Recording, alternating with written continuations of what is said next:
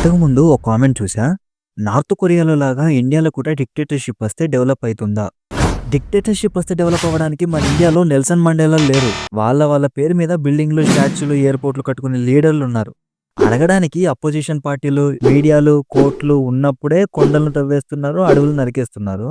అదే డిక్టేటర్‌షిప్ వస్తే ఇలాంటి స్కామ్స్ గురించి తెలిస్తే న్యూస్ పేపర్‌లో కాదు, బాత్రూమ్‌లో టిష్యూ పేపర్ యూజ్ చేసేప్పుడు కూడా డిస్కస్ చేయలేం.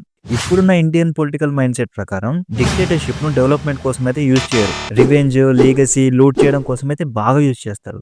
ఒక్కసారి వాళ్ళకి పవర్ ఇచ్చి చూడండి, రాజ్యాంగాన్ని తిరిగి రాసి వాళ్ళని వాళ్ళు కాపాడుకోవడానికి చట్టాలను చేస్తారు. అండ్ ఇప్పుడున్న ప్రజల మైండ్‌సెట్ ప్రకారం ఒక్కడి మాట వినాలి అంటే కుదరని పని. ఎందుకంటే ఇండియాలో మొత్తం 1.4 బిలియన్ బ్రెయిన్స్ ఉన్నాయి. ఒకడికి కులపిచ్చి, ఇంకోడికి మతపిచ్చి. సో ఫైనల్‌గా డిక్టేటర్‌షిప్ వస్తే డెవలప్‌మెంట్ ఉండదు, డిస్ట్రాక్షనే ఉంటుంది.